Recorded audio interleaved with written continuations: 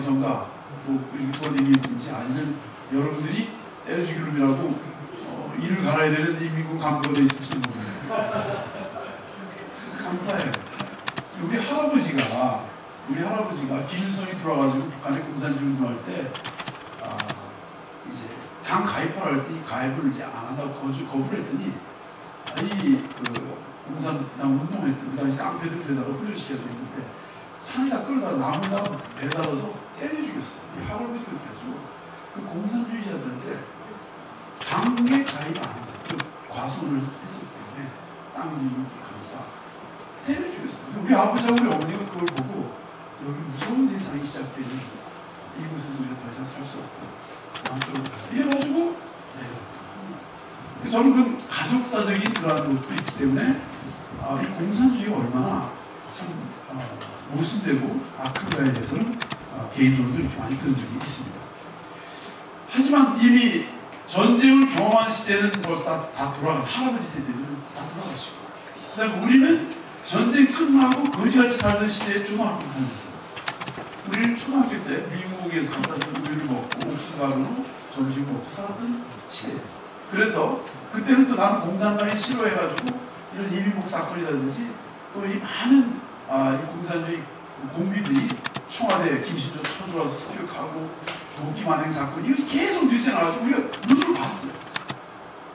근데 우리 아들 세대들 아니면 그 중간 80년 이후의 세대들은 그것도 모르고 우리나라가 잘 사는 그나마 괜찮은 선에서 태어나가지고 여러분들이 왔기 때문에 살아왔기 때문에 이 통일과 북한과 분단과 공산주의 어떤 잔악함 같은 것들이 실감이 안 나는 세대죠.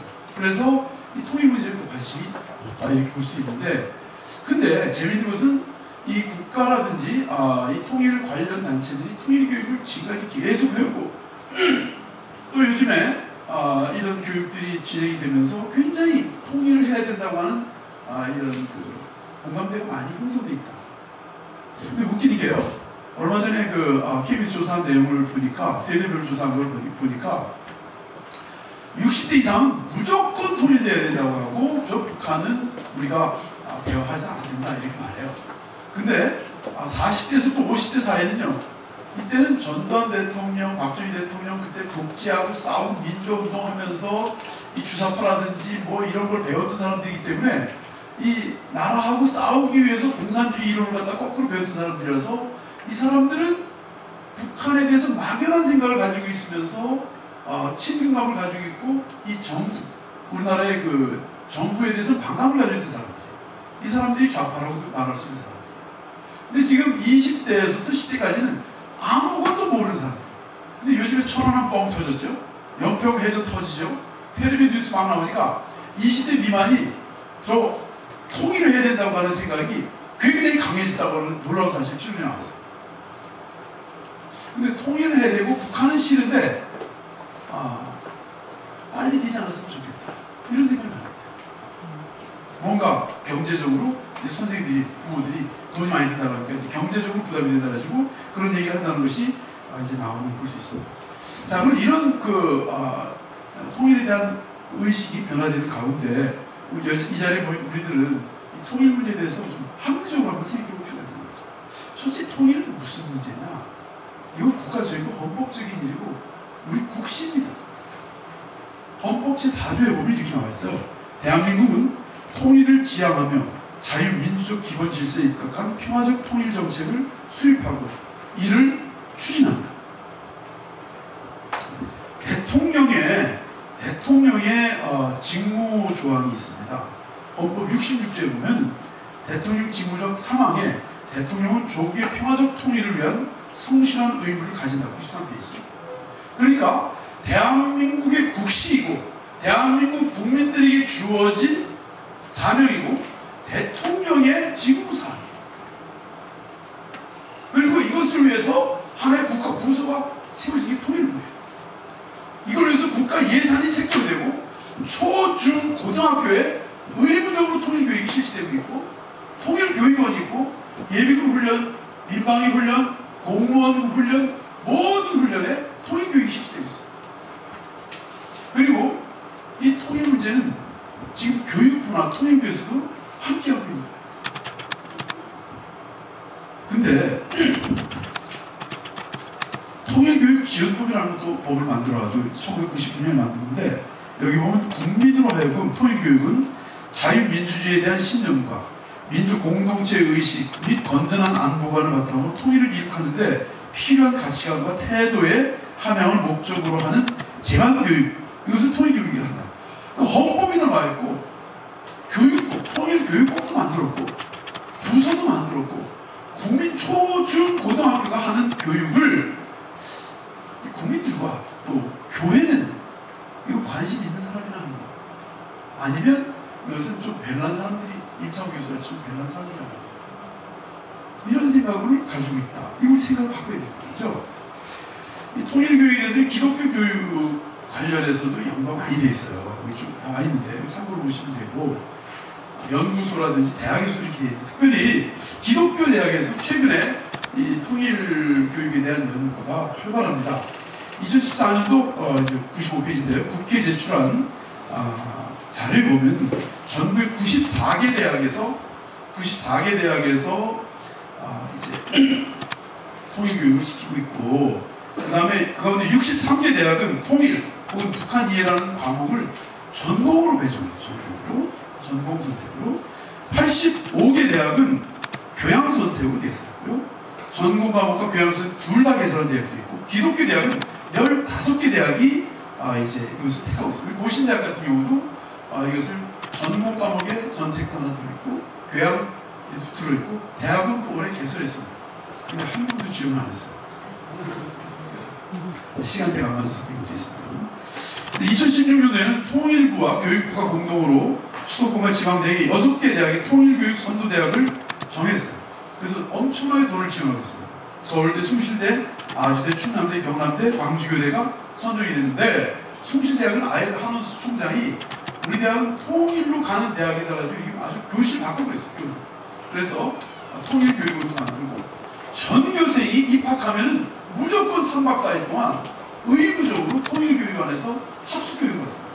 여기 안 가면 졸업해야 돼요. 교양 필수만 받았어요. 그래서 숭실대학이 상당히 적극적으로 움직이고 있다는 볼 수가 있어요. 이렇게 이제 서서히 대학도, 기독교 대학도 많이 움직이고 있는데, 이거를 그럼 어떻게 하면 효과적으로 우리가 통일 교육을 시킬 수 있을까? 제가 이제 시스템 이론을 한번 가져와 봤는데요. 이 시스템 이론이라는 것이 이거예요. 시스템으로 움직이면 효과적이다. 시스템으로 움직이면 효과적이다. 근데 국가가 하는 게 시스템으로 움직입니다. 법령을 만들고 예산을 책정하고 전문가를 훈련시키고 그 다음에 사업을 만들어가지고 보고를 하게 됐어요. 그리고 이것은 전국에 다 이게 하도록 되어 있죠. 이 시스템이 바로 그런 겁니다. 규정을 만들고 예산을 책정하고 전문가를 훈련시키고 전국적 규모의 하나의 트랙을 만들어가지고 보고되고 훈련하고 그리고 확인하게 하는 것이죠. 이 시스템에는 크게 5가지 원리가 있는데, 전체성의 원리. 그러니까 전체적으로 작은 부분보다 전체로 움직이는 것은 강하고 효율적이고 힘이 있다. 이런 뜻이에요. 그 다음에 안정성이라는 것은 시스템으로 움직이면 지멋대로 개인적으로 개별적으로 하는 것보다 훨씬 안정적이에요. 훨씬 안정적이에요. 셋째로 위계성. 시스템을 하게 되면 이 보고체제가 생기고, 그리고 이것이 굉장히 조직적으로 움직이기 때문에 위계적인 것이죠. 세 번째는 적응성이다. 이거 시스템으로 한다 해가지고 뭐 강제적으로 독재적으로 하는 게 아니라 계속 파일럿을 하고 움직이고 실험을 해가지고 좋은 쪽을 택한다 이거죠. 마지막 통시성이라는 것은 뭐냐면, 이것은 시간에 따라서 이것이 약간씩 변할 수도 있고 달라질 수도 있는데, 그것을 변화되게 묶어놓는 게 아니라 그것을 오픈해놓는, 통신을 오픈해놓는 뜻이에요. 그래서 시스템 이론을 통해 가지고 이제 처음에는 생물학에서 시작했다가 경제학, 경영학, 그 다음에 요즘에는 행정학, 정치학에도 시스템 이론이 지금 굉장히 활발하게 적용되고 있습니다. 자, 그럼 우리 기독교에서 우리 교회, 한국교회가 이것을 시스템으로 가능한다면 어떻게 가능한 것인가? 제가 몇 가지를 생각을 해봤는데, 첫째는요, 기독교 통일교육의 전체성 추구다는 얘기죠. 그러니까 개교회들이 안 해요. 못하고. 또 개인적으로 하는 것도 한계가 있는 거예요. 하지만 이것을 하나로 묶을 수 있는 어떤 그 이벤트, 어떤 큰 도전이 필요하다는 거예요. 예를 들어 여러분 독일 통일에 대해서 얘기 많이 하잖아요. 독일이 굉장히 시스템을 움직였어요. 제가 독일을 보면서 이 시스템 얘기를 제가 끄집어냅니다. 독일이 약 한 35년 정도를 서독교회가 동독교회를 도왔어요. 엄청나게 도왔는데 그때 어떻게 도왔느냐? 에카데라는 걸 만들었어요. 에카데가 뭐냐면 독일 복음주의 교회 연맹이에요. 이 독일 복음주의 교회 연맹은 모든 교회가 통일의 문제에 대해서는 이론이 없다. 동독을 돕고 동독을 변화시켜가지고 통일회로 이끌어내는 데는 우리 모두가 이론이 없다. 무조건 거기는 통일이야. 이렇게 해가지고 좌도 없고 우도 없었어요. 돈을 다 냅니다. 그래가지고 동독에 있는 교회 지원도 하고 그 다음에 청년들을 끄집어내요. 그래서 여러분들 저기 1961년에 베를린 장벽이 무너지기 전까지 273만 명이 동독에서 서독으로 탈출했어요. 그래서 이제 장벽을 쌓았잖아요.